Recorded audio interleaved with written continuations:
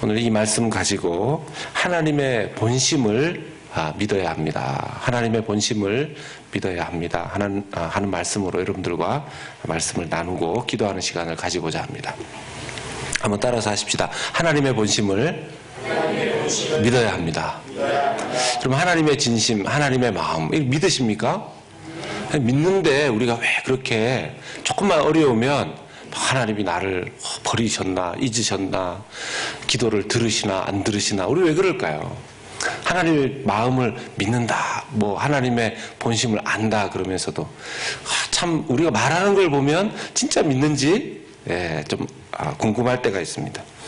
얼마 전에 우연한 기회로 알게 된 권사님의 따님이 암으로 투병하다가 돌아가신 일이 있었습니다. 이 권사님이 미국에 이민 오셔가지고 이 남편을 일찍 또 잃으신 다음에 홀로 자녀들을 키우시느라 굉장히 고생을 많이 하셨습니다. 자녀들을 이미 다 키운 이후에 이제 좀 본인의 신앙생활 열심히 잘하고 이제 자녀들은 잘 크기만 하면, 그리고 손자 손녀 보기만 하면 되는 그런 때였었는데요. 그런데 그 자녀 중에 따님 한 분이 그만 암에 걸렸는데 기도하고 옆에서 많이 간호를 하고 하였지만 얼마 전에 돌아가셨습니다. 주변에 이 권사님을 아끼고 사랑했던 사람들 중에 이런 말로, 여러 가지 말로 권사님을 위로하는데, 우리가 말하다 보면 이제 그런 말씀을 옆에서 위로한 분도 이해가 가지 않는 것은 아닌데요. 이런 말을 하는 것이죠. 하나님께서 어떻게 권사님처럼 어려운 형편에 계신 분에게 이런 일을 허락하시는지 모르겠습니다.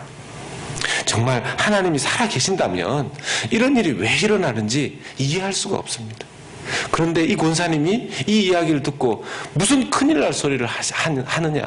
하나님 살아계시고 우리는 하나님에 대한 믿음과 신앙에 조금도 흔들림이 있어서는 안 된다. 이런 이야기를 그 어머니 되시는 권사님이 하시더라는 것입니다.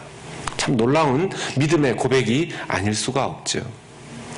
우리가 옆에서 위로하느라 그런 말을 하게 되는 것은 인간적으로는 이해가 되지만 우리의 마음속에 그런 말을 하면서 옆에 있는 사람이 이 일을 볼 때에도 우리가 그런 마음에 어떤 생각이 우리 속에서 지나갈 때가 있다라는 것입니다.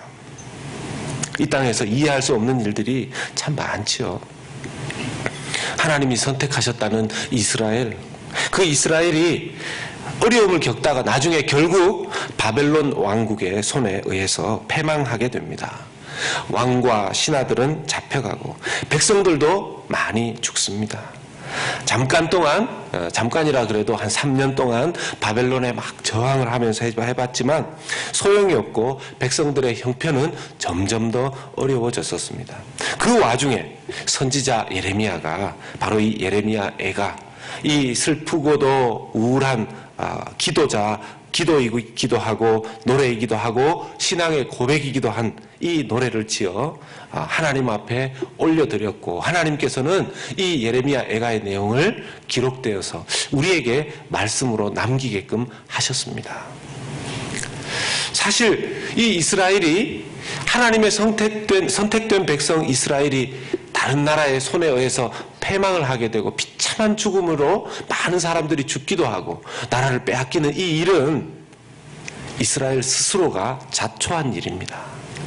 이 모든 비참한 일의 뿌리는 이스라엘 자신들에게 있는 일입니다. 하나님 앞에서 죄를 짓고 하나님을 의지하지도 않고 선택된 하나님의 백성, 하나님의 나라임에도 불구하고 세상 주변 나라들과 짝하면서 살았습니다. 많은 사람들이, 특별히 하나님의 사람들, 선지자들이 이스라엘에게 와서, 예루살렘에 와서 백성들에게 하나님의 말씀을 전하면서 회개하라고, 이렇게 살면 안 된다고 수없이 많이 하나님의 말씀을 전달하였었습니다. 그런데 그 말씀도 도무지 듣지 않았죠. 결국에 하나님께서는 이스라엘 백성들을 회개시키기 위해서 이런 상황을 허락하신 것입니다. 물론 오늘날 우리의 삶에 일어나는 많은 일들을 그 사람의 죄 때문이다, 그렇게 우리가 말할 수는 없습니다. 그런데 실제적으로 이 땅의 삶에서 일어나는 어떤 일의 가장 중요한 핵심 밑바닥에는 죄가 있는 것은 사실입니다. 유명한 신학자가 이렇게 이야기했습니다. 우리가 성경에 기록되어져 있는 많은 하나님의 내용, 하나님께서 인간에게 세상은 이렇다라고 말씀하시는 것 중에 가장 쉽게 경험할 수 있는 것이 무엇인가? 죄라는 것입니다. 죄. 하나님의 살아계심도 이게 경험이 될 때도 있고 안 될 때도 있고요. 하나님의 선하심, 기적, 능력 이런 것들도 경험하게 될 때도 있고 안 될 때도 있는데요. 죄는 노력하지 않아도 쉽게 우리가 경험할 수 있습니다. 우리 자신을 보면 알 수 있지 않습니까? 우리 주변을 보면 알 수 있지 않습니까? 그 사람의 특별한 죄가 아니라 할지라도 이 세상에 일어나고 있는 수많은 아픔들은 그 죄에 다 기반을 두고 있는 것이 됩니다. 하나님께서는 때로는 믿는 자나 믿지 않는 자들 모두에게 이런 상황을 허락하시는 것이죠. 하나님을 믿기 어려워하는 불신자들 중에서 이런 질문을 하시는 분들이 있습니다. 목사님, 왜 하나님이 살아계시다면 하나님을 잘 믿는 사람에게 아까 말씀드린 권사님의 딸과 같은 그런 일이 일어날 수 있습니까? 아니, 얼마 전에 있었던 텍사스의 저쪽입니까? 그 구석에 있는 시골 교회에 어떻게 총을 든 사람이 들어와서 예배 드리는 사람을 그렇게 죽이는 일이 일어날 수 있습니까? 하나님이 다 막아주셔야 되지 않습니까? 이렇게 질문을 하시는 것이죠. 우리는 그때 뭐라고 대답할 수 있겠습니까? 하나님이 살아계시는데 왜 그런 일이 있느냐 하는 질문 앞에 쉽게 대답할 수 있는 질문이 아닌 것입니다. 우리의 처한 상황 속에서도 이유를 알 수 없는 절망의 상황에 부닥칠 때가 있습니다. 혹시 오늘 기도의 자리에 나오신 분들 중에 내가 정말 이유를 알 수 없는, 내가 하나님 앞에서 한다고 노력을 하면서 지금까지 달려왔는데 반복되어지는 어려움이나 한 문제 하나 해결하고 났는데 또 다른 문제 앞에 부닥치게 되어서 힘이 빠져서 이제는 하나님 견딜 힘이 없습니다. 이런 고백이 있으신 분이 있다면 하나님께서 오늘 말씀을 통해서 말씀을 듣는 중에 찬양하고 하나님 앞에 하나님 바라보면서 기도하는 중에 영적으로 먼저 회복되어지는 은혜가 저와 여러분들에게 있으시기를 예수님의 이름으로 축복합니다. 우리가 어떤 절망 속에서도 하나님을 끝까지 바라보고 붙잡는 자가 되기 위해서 첫 번째 기억해야 될 것은 모든 것이 끝나기 전에는 아직 끝난 것이 아니라는 것입니다. 아직도 끝은 아니라는 것입니다. 예루살렘의 형편을 보는 예레미야의 마음은 이제 끝장이 났구나. 이제 끝인가? 그렇지 않겠습니까? 왕이 다른 나라에 잡혀갔습니다. 그리고 신하들도 다른 나라에 잡혀갔습니다. 이제 그 주권이 다 빼앗겼고 이제 이스라엘이라는 나라의 이름조차 부르지 못하게 됐습니다. 이제 끝이구나 이렇게 생각할 수 있지 않겠습니까? 얼마 전에 한국의 어떤 뉴스를 보니까 소식을 보니까 이 바다 낚시를 갔던 이 배가 갑자기 큰 유조선과 이렇게 부딪혀서 뒤집어지는 바람에 거기에 타고 있었던 20-30명의 사람들 중에 큰 또 비참한 일을 당하게 된 것을 보았습니다. 그렇게 배가 뒤집어진 상황 속에서 배 밑바닥에 있었던 이 낚싯배를 탄 사람들은 생각보다 많이 나오지 못했더라고요. 그래서 거기서 죽게 됐는데 놀랍게도 배가 이렇게 뒤집어지면서 배 밑바닥의 어느 한쪽 구석에는 공기가 다 빠져나가지 않고 구석에 좀 남아있는데 거기에 3명 정도가 거기에 목만 내밀고 위로 올라갈 수는 없고 배는 뒤집어졌으니까요. 공기는 거기에 딱 머리에서 이 턱부터 머리 정도까지만 공기가 남아있는 상태에서 3명 정도가 거기에 90분을 버텼다는 것입니다.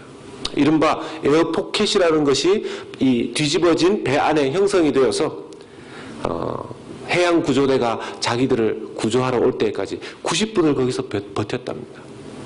여러분 90분을 그 좁은 공간 안에 불은 다 꺼지고 어두컴컴해진 그 속에서 시간이 1분, 2분, 3분, 4분, 10분 지날 때 얼마나 두렵고 불안했겠습니까? 아무도 와주지 않는다면 이제 생명의 끝이 바로 코앞에 달려있는 그런 상황 아니었겠습니까? 패닉에 빠질 수 있는 그런 상황 속에서 산소라도 아끼기 위해서 서로 너무 불안하고 말이라도 하면서 서로 격려하고 싶었지만 산소가 빨리 소모될까봐 말조차도 아꼈다고 합니다. 대단하죠. 꼼짝달싹할 수 없는 위험과 위협의 상황 속에서 그들이 끝까지 기다렸기 때문에 그 세 사람은 구조를 받을 수 있었습니다. 하나님의 사람 예레미야에게 있어서 조국 이스라엘이 멸망하는 이 일이 바로 그런 상황처럼 느껴졌을 것입니다. 딸의 암 선고를 받았던 어머니에게 그 상황이 바로 그런 일이었을 것입니다. 자기 딸이 아파하면서 병상에 누워서 어머니 살고 싶어요, 이 이야기를 할 때 그 딸도 자녀가 있었습니다. 그 딸에게 있었던 자기의 손녀를 어떻게 해야 되는지를 생각할 때 정말 다른 사람들이 웃고 다니고 숨 쉬고 다니지만 자기 주변에는 공기가 없는 것 같은 그런 답답한 심령으로 하루하루를 살아가셨을 것입니다. 우리 주변에 있는 사람들 중에 신분 문제가 이제 해결되기 코앞에 놓여져 있었던 것 같은데 갑자기 그 문제가 더 어려워졌을 때, 조금 있으면 자녀들을 학교를 보내야 되고, 조금 있으면 이 신분 문제로 인해서 수많은 문제들이 어려워지고 아주 복잡해지는 상황 속에 있는데 이 일이 더 어려워질 때에는 정말 이제는 미국을 떠나야 되는가, 여기에 더 있을 수 있는가 하는 여러 가지 생각도 그분들에게는 있을 수 있다라는 것입니다. 그런데 하나님의 사람 예레미야는 이 상황 속에서 영적인 소망을 떠올릴 수 있었습니다. 오늘 말씀 3장 22절의 말씀이죠. 여호와의 인자와 긍휼이 무궁하심으로 우리가 진멸되지 아니함이니이다. 예레미야는 기도하는 가운데 깨달았습니다. 지금 끝장이 난 것처럼 생각이 되지만, 상황은 그렇지만 기도하면서 하나님께서 깨달음을 주신 것입니다. 없어지지 않게 하실 것이다. 확신이 온 것이지요. 왜요? 하나님이 왜 진멸시키지 않는, 완전히 끝장내지 않겠다 하는 믿음이 어떻게 오게 되었을까요? 그것은 우리가 이뻐서가 아니라 하나님의 성품 때문이었었습니다. 22절 말씀에 여호와의 인자하심과 긍휼하심이 다시 예레미야의 마음속에 깨달아졌기 때문입니다. 다시 그 마음이 회복되고 믿어졌기 때문입니다. 사랑하는 여러분, 하나님의 말씀, 성경에 기록된 것들이 우리의 마음 가운데 믿음으로 역사되어지려면 어떤 일이 필요합니까? 기록된 하나님의 말씀과 우리의 믿음이 연결되는 역사가 필요합니다. 믿어지는 역사가 필요한 거죠. 문제가 뭡니까? 안 믿어진다는 거죠. 똑같은 하나님의 말씀에 대해서 어떤 사람은 믿어지고 어떤 사람은 안 믿어지더라는 것입니다. 그런데 예레미야가 기도하는 가운데 하나님의 성품이 크게 믿어지더라는 것입니다. 하나님의 긍휼과 자비의 그 성품 때문에 우리를 멸망시키지 않을 것이다 하는 것을 깨닫게 된 것이죠. 하나님의 인자와 긍휼은 무궁하여서 없어지지 않은 성품입니다. 우리는 하나님 앞에 우리 자신을 보면 오르락내리락 하죠. 근데 하나님은 그렇지 않습니다. 왜? 우리는 불완전한 사람이지만 하나님은 영원 무궁하신 그 성품 그대로 존재하시는 분이시기 때문이시라는 겁니다. 그래서 아직 끝난 것이 아니라는 것은, 소망이 있다라는 것은 하나님의 변함없는 성품 때문이라는 것입니다. 여러분, 시편 37편 24절에 이런 말씀이 있죠. 같이 읽겠습니다. 시작. 그는 넘어지나 아두 엎드러지지 아니함은 여호와께서 그의 손으로 붙드심이다. 우리가 넘어지는 일들이 있습니다. 우리가 이 땅의 삶을 살아가다 보면 넘어지는 일이 있습니다. 그런데 우리가 넘어지는 일이 있지만 어떤 일은 없다고요? 아주 엎드러지는 일은 없다 말입니다. 하나님께서 우리가 흔들리는 것을 용납도 하시고 지켜는 보시지만 하나님의 성품, 하나님의 손으로 그 붙들어 주시는 역사하심이 있기 때문에 우리가 완전히 땅에 엎어지지는 않는다라는 것입니다. 여러분, 믿으십니까? 믿으셔야 합니다. 그렇다면 어떻게 해야 되는가? 두 번째, 기다림의 신앙이 우리에게 필요하다라는 것이죠. 기다림의 신앙이 필요하다는 것입니다. 오늘 본문 24절에서 26절은 예레미야가 깨달은 기다림의 신앙의 고백입니다. 내 심령에 이르기를 여호와는 나의 기업이시니 그러므로 내가 그를 바라리라 하도다. 기다리는 자들에게나 구하는 영혼들에게 여호와는 선하시도다. 사람이 여호와의 구원을 바라고 잠잠히 기다림이 좋도다. 예레미야가 고백하는 바, 하나님의 성품을 다시 한번 깨닫고 회복하면 그의 믿음 가운데 이제는 기다림이라는 것이 자기에게 필요하다는 것을 고백하는 것이죠. 기다림은 믿음입니다. 기다림은 신앙입니다. 믿음 있는 사람이 기다릴 수 있습니다. 그러면 말을 바꾸면 어떻게 되죠? 믿음이 너무 좋은데 조급해요. 나는 믿음은 좋은데 좀 급합니다. 이건 앞뒤가 안 맞는 이야기가 되는 것이죠. 믿음은 기다림입니다. 그런데 이 기다린다는 게 정말 잘 안 돼요. 저도 마음이 급해서 때로는 당장 뭐 어떻게 하지 않으면 이 안 될 것처럼 생각해서 안절부절할 때가 정말 많습니다. 하나님은 우리에게 기다림의 신앙을 가르치십니다. 시편 40편 1절의 말씀입니다. 같이 읽겠습니다. 내가 여호와를 기다리고 기다렸더니 귀를 기울이사 나의 부르짖음을 들으셨도다. 아멘. 하나님 앞에 기다리고 기다렸더니 하나님께서 귀를 기울이셔서 들으셨단 말입니다. 그러면 단순히 이 기다림은 그냥 온몸을 딱 부여잡고 기다리자 이렇게 기다리는 것이 아니라는 것이죠. 어떻게 기다리라는 겁니까? 기도하며 기다리라는 거죠. 아니 그냥 기다린 것이 아니니까 저 시편 기자는 그냥 막무가내로 기다리지 않고 분명히 자기의 기다림 속에 하나님 앞에 부르짖어 기도했기 때문에 주님께서 들으셨다라는 것입니다. 온갖 근심, 걱정 이런 것들이 다 되지만 그걸 그냥 꼭 입도 닫고 그냥 자기도 꼭 닫고 이렇게 기다린 것이 아니라 그럼 큰일 납니다. 이게 속 답답해져서 화병 걸려요. 하나님 앞에 기도하면서 기다려야 됩니다. 따라서 하십시다. 나의 근심을 하나님의 근심이 되게 하라. 이게 무슨 얘기입니까? 내 근심을 하나님께 다 내어드리라는 것입니다. 내 걱정거리 하나님께 다 내어드리라는 것입니다. 그거 꼭 참고 그거 내가 해결될 때까지 그냥 기다리라는 것이 아니라는 것이죠. 그렇게 기다리고 기다렸더니 귀를 기울이사 그 부르짖음을 듣고 응답하셨다라는 것입니다. 때로는 참 오래 시간이 걸릴 때도 있습니다. 평생이 걸려서 기도하는데도 응답받지 못하고 낙심이 되려고 할 때도 있습니다. 이스라엘에게는 구원자 메시아를 기다리는 일이 그러하지 않았겠습니까? 우리는 오신 메시아를 알고 있지만 이스라엘은 수천 년이 걸려도 오지 않는 그 메시아, 구원자 언제 오실까? 언제 오실까? 그것이 그들의 답답함이고 답답함이었었습니다. 마음이 계속 조급해질 때는 기다림이 어렵지요. 기다리지 못하고 조급하게 무엇인가 결정하고 움직일 때 그럴 때 꼭 사고가 많이 납니다.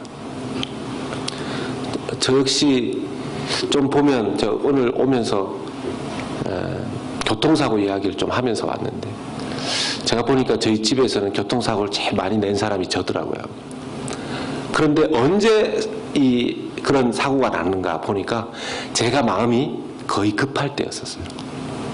여유 있게 천천히 무엇인가를 그렇게 할 때는 거의 사고가 나는 일이 없었는데 제가 마음이 급할 때 사고 날 확률이 높았더라고요. 여러분들은 그렇지 않으셨습니까? 뭐 사고를 안 내보셔서 잘 모르시는가 본데 이런 사고는 성경에도 나와 있죠. 여러분 잘 아시는 아브라함이 기다리지 못하고 약속의 자녀를 기다리지 못하고 조급하게 일을 결정하느라 이스마엘을 만듭니다. 정말 계속 기다렸다면 이삭을 볼 수 있었을 텐데 말입니다. 지금 또 이스라엘 그쪽 예루살렘 지역에 지금 난리가 났어요. 난리가 났습니다. 여러분 그 중동의 그 일들이 왜 계속해서 반복적으로 그렇게 일어나는 것입니까? 누가 잘못해서 그런 겁니까? 기다리지 못한 덕분에 생긴 일 아닙니까? 따라서 하십시다. 조급하면 이스마엘이고 기다리면 이삭입니다. 예. 조급하면 이스마엘이고 기다리면 이삭. 기다려야 약속의 열매를 볼 수 있습니다. 잘 기다리는 것이 정말 중요합니다.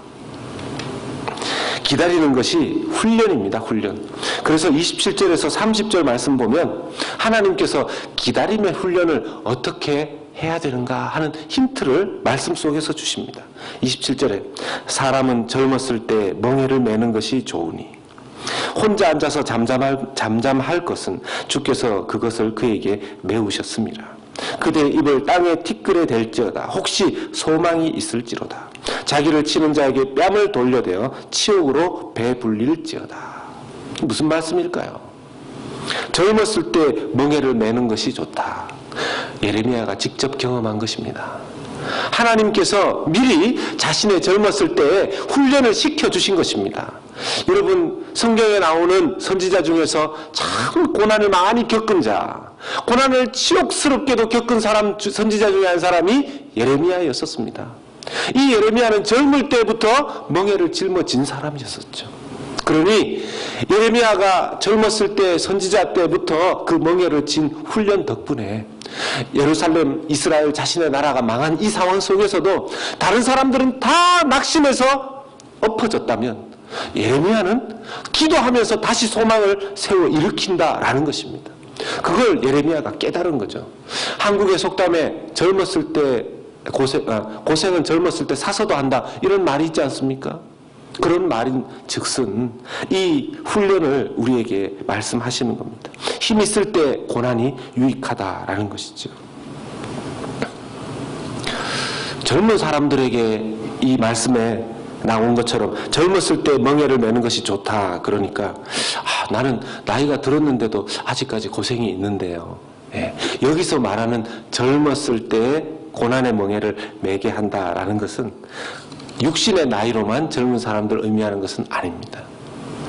육신의 나이가 젊든 나이가 좀 있으시든지 간에 하나님께서 고난으로 아직도 훈련을 시키고 계신다면 주님께서 아직은 사명을 이루기 위해서 준비시키시고 시키실 일이 있다라고 우리가 믿어야 할 것입니다. 하나님 나를 아직도 쓰시기를 원하시는구나. 그렇기 때문에 고난의 훈련을 내게 허락하시는구나 하고 생각해야 될 것입니다. 여러분, 군대도 받아주는 나이가 있지 않습니까? 여기 중에서 요즘 힘도 남고 한데 군대 한번 가봐야 되겠다, 그렇게 해서 지원해도 안 받아줍니다. 예. 군대 받아주는 나이가 있습니다. 그런데 영적인 훈련은 다르다 하는 것이죠. 어떤 리더십 세미나에 그 분야에서 대가라고 할 수 있는 그런 1인자쯤 해당되는 사람이 그 리더십 세미나에 참석하기 위해서 오셨습니다. 그 리더십 세미나를 인도하는 강사는 그 대가라고 하는 리더십의 분야에서 대가라고 하는 분의 연봉으로 따지면 강사료가 3분의 1밖에 되지 않는 그런 사람이었는데, 세미나가 끝난 이후에 이 강사가 그 리더십 권위자에게 물어봅니다. 아니, 이 세미나에 오셔서 과연 배우실 것이 있으셨습니까? 그렇게 물어볼 때 그분이 이야기합니다. 자기는 아직도 여전히 배울 것이 있습니다. 여기에 오는 자기의 자세만으로도 자기에게는 꼭 필요한 자세를 자기가 훈련하는 것입니다 라고 이야기합니다. 여러분, 우리가 하나님 앞에 인정받고 하나님을 기쁘시게 해드리기 위해서는 우리의 일상의 삶 가운데 구체적인 어떤 열매를 드리는 것보다 더 중요한 것이 우리의 항상 가지고 있어야 될 삶의 자세입니다. 자세. 어떤 자세요? 예, 어떤 고난도 훈련으로 나는 늘 받겠다 하는 그런 배우고자 하는 자세가 필요하다라는 것입니다. 은혜 받기를 기대하는 사람은 하나님의 훈련을 오늘도 받아들입니다. 은혜 받기를, 쓰임 받기를 원하는 사람은 오늘도 하나님께서 내게 허락하시는 고난을 받아들입니다. 그 훈련 중에 중요한 것이 바로 기다리는 훈련이라는 거죠. 어떤 어려움이 있어도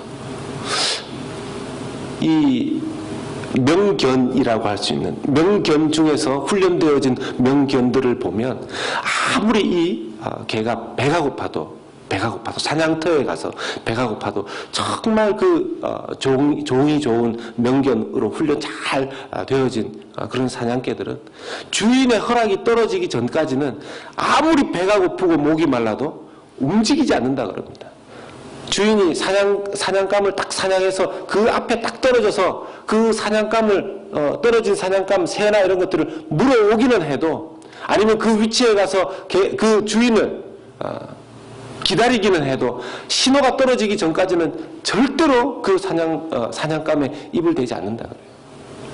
그만큼 기다리는 훈련이 잘 되어 있는 거죠. 짐승조차도 훈련이 되어지면 그 주인의 손가락 하나에 왔다 갔다 하는데 우리는 얼마만큼 훈련되어 있을까요? 우리는 하나님께서 어떻게 말씀하시는지, 하나님의 눈치를, 하나님의 말씀을 어떻게 이해하고 있을까요?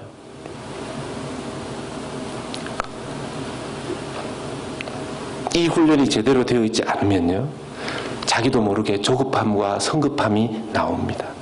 그래서 화를 내면서 일하게 되어 있습니다.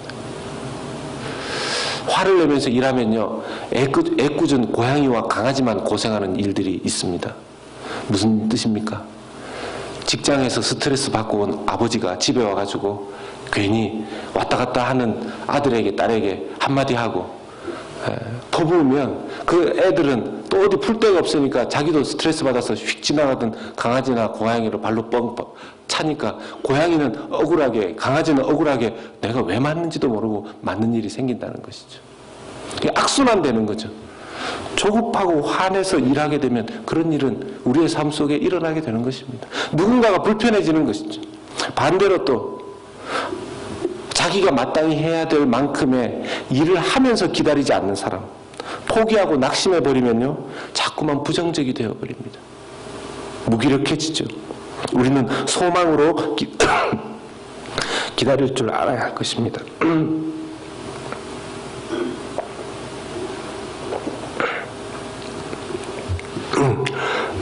죄송합니다.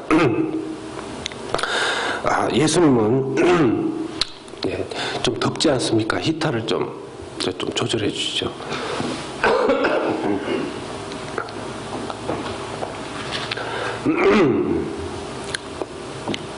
예수님은 그토록 기다렸던 메시아로 이 땅에 오시지 않았습니까? 십자가는 온 인류의 소망이지 않았습니까? 예수님께서 그 십자가를 지시기 위해서 이 세상에 오셨지만 온 인류의 가장 중요한 때가 바로 예수님 신약에 오셨던 그때이셨지만 예수님은 그 십자가를 향해서 쉽게 움직이지 않으셨죠. 늘 예수님이 이야기하셨습니다. 예수님 이때 영광을 받으십시오 라고 했을 때 예수님께서 늘 지금이 그때가 아닙니다. 지금이 그때가 아니다. 지금 내 때가 아직 이르지 않았다. 그렇게 계속 말씀하십니다. 예수님은 기다릴 줄도 아셨고 자기의 때도 아셨습니다. 십자가상에서 모든 것을 하나님께 맡길 그 때를 알고 사역하셨습니다. 이 본문에서 예레미야가 잠잠히 기다린다 하는 그런 말은, 여러분 왜 잠잠히 기다려야 할까요? 잠잠히. 무슨 일이 빨리 이루어지지 않고 믿음이 약해지면 일어나는 일이 뭡니까? 불평하고 원망하는 말이 자기 입에서 나온다라는 것입니다. 하나님께서 우리를 훈련시키시기 위해서, 때로는 징계하시기 위해서 일들을 허락하실 때 원망이나 불평의 말을 하지 말고 그의 선하심을 믿고 의지하며 인내할 것을 권하는 말입니다. 이게 쉽지가 않습니다. 때로는 기다려도 이루어지지 않아서 너무너무 치욕스러울 때도 있습니다.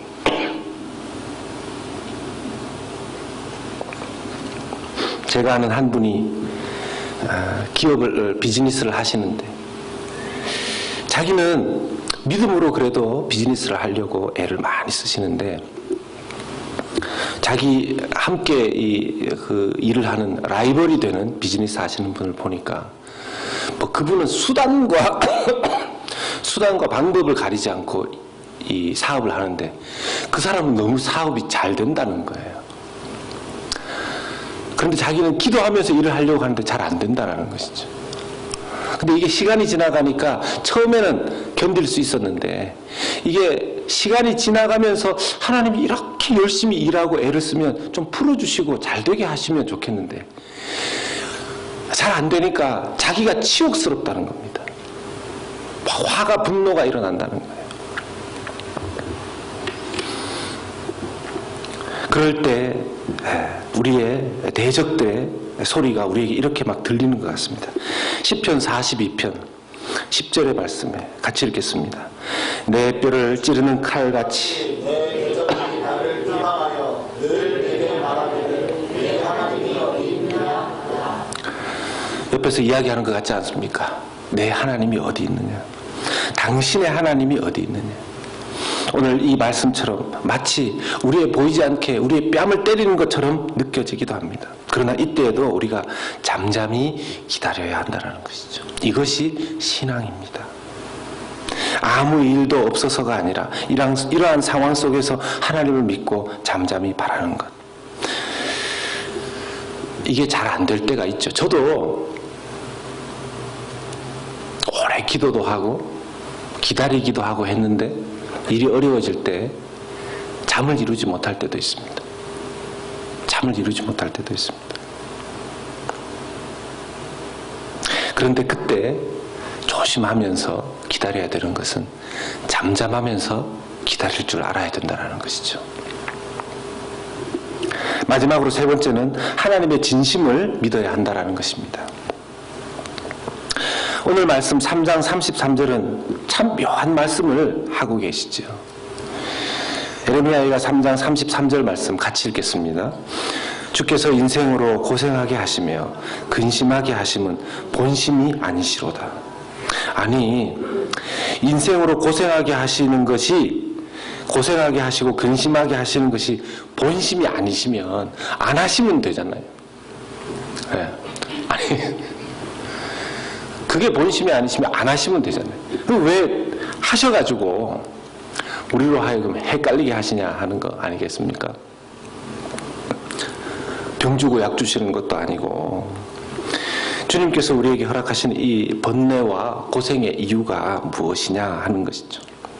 물론 우리가 죄를 지어서 잘못해서 그럴 때도 있지만 그 이유가 아닌 이유로 우리에게 그 근심과 고난이 허락될 때가 있습니다. 고린도후서 7장 10절의 말씀입니다. 같이 보겠습니다. 하나님의 뜻대로 하는 근심은 후회할 것이 없이 구원에 이르게 하는 회개를 이루는 것이요 세상 근심은 사망을 이루는 것이니라. 아멘.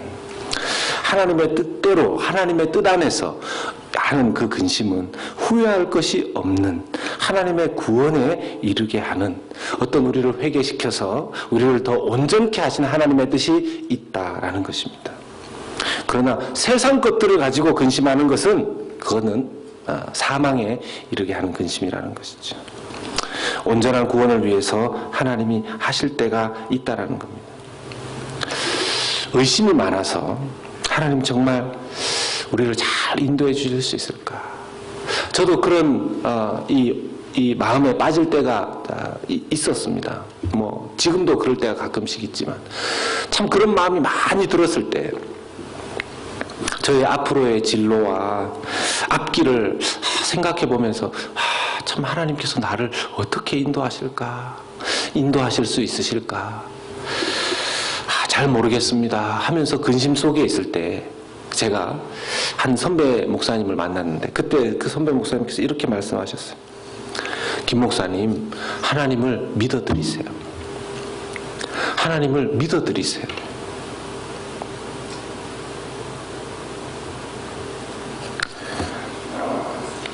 사랑하는 여러분, 하나님을 믿어드리시기 바랍니다. 자녀 때문에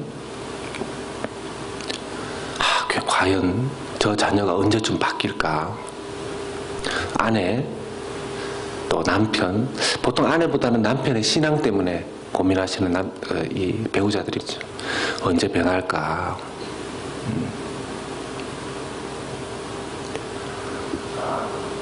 또 이 미국에서의 생활 하루하루 해나가면서 미국에 와서 이민자로 이만큼 열심히 살았으면 하나님 그 다음을 좀 열어주셔야 되는데 좀 잘 안 열릴 때 나이는 점점 들어가고 어떤 사람들은 노후 보장을 위해서 은퇴연금도 막 엄청나게 넣어놓는다고 하는데 아직도 집도 제대로 없고 막 이럴 때는 어떻게 해야 되는가 이런 생각이 들 수 있지 않겠습니까? 그럴 때 여러분 하나님을 믿는 믿음이 내게서부터 잘 오지 않는다 하더라도 여러분 하나님을 믿어 드리실 수 있기를 바랍니다. 어떤 수를 써서라도 하나님 제가 제 믿음으로는 안 되는데 하나님이 그런 분이시라고 하니까 제가 믿어 드리겠습니다. 믿어 드리겠습니다. 그러면 그 믿어 드리는 기간 동안은 뭐 해야 될까요? 기도하고 기다리고 맡은 일에 충성하면서 살아야 됩니다. 마태복음 25장 23절 말씀입니다. 읽겠습니다. 그 주인이 이르되 잘하였도다 착하고 충성된 종아 내가 적은 일에 충성하였으며 내가 많은 것을 내게 맡기리니 내 주인의 즐거움에 참여할지어다. 아멘. 그냥 막무가내로 기다리는 것이 아니라 지금 내게 맡겨진 적은 일에 충성하면서 지내야 한다는 것입니다. 우리는 하나님의 본심을 믿어야 합니다. 그리고 두려움을 이기고 지금 맡은 일에 충성해야 됩니다. 그리고 지금처럼 이렇게 모여서 함께 기도하는 것이 정말 중요합니다. 이럴 때는 왜 또 아멘을 안 하십니까? 이왕 모여 있으니까 뭐 당연한 일을 왜 얘기하십니까? 이거 아니에요. 우리가 함께 주님을 바라보는 것만큼 우리에게 힘이 나는 부분이 없습니다. 혼자서는 이 힘이 잘 안 나요. 혼자서는 이 힘이 잘 안 납니다. 함께 모였을 때 이 힘이 더 쉽게 생깁니다. 왜 그렇죠? 마태복음 18장 20절 말씀에 두세 사람이 내 이름으로 모인 곳에는 나도 그들 중에 있느니라. 하나님의 임재가 두세 사람이 함께 모여 있는 그곳에 더 강하게 느껴진다라는 것입니다. 한 사람이 기도하는 것보다 두 사람이 기도하는 것이 낫다라는 것입니다. 이렇게 함께 모여서 기도하는 것이 너무너무 큰 의미를 가진다라는 것이죠. 함께 주님을 바라보고 함께 주님을 믿고 함께 기도하고 함께 찬송함을 통하여서 성령께서는 우리를 놀랍게 위로하시고 치료하시고 계속해서 믿음을 주시고 이 길을 갈 수 있는 힘을 허락해 주신다라는 것입니다. 여러분 그것이 합심기도의 능력입니다. 예레미야 29장 11절 말씀에 여호와의 말씀이니라. 하나님께서 우리에게 주시는 그 마음이 본심이 정말 무엇인지 이렇게 말씀하십니다. 같이 봅니다. 여호와의 말씀이니라. 너희를 향한 나의 생각을 내가 아나니 평안이요 재앙이 아니니라. 너희에게 미래와 희망을 주는 것이니라. 아멘. 아멘. 이 말씀을 믿으시든지 믿어드리시든지 둘 다 믿는 거죠. 둘 다 믿는 건데 이 말씀을 꼭 붙드실 수 있기를 바랍니다. 생명과 평안, 미래와 희망 그것이 주님께서 우리에게 주시기 원하시는 본심입니다. 이 본심을 붙들고 하나님 앞에 평안한 마음으로 기도하시고 주님이 주시는 힘을 기도 가운데 받으셔서 성령께서 오늘 이 자리에 함께 기도하는 우리들에게 베푸신 그 능력을 경험하고 체험하고 돌아가시는 여러분들 되시기를 예수님의 이름으로 축복합니다. 우리 같이 찬송하실 때 주께서 주신 동산에 우리 같이 한번 찬송하겠습니다.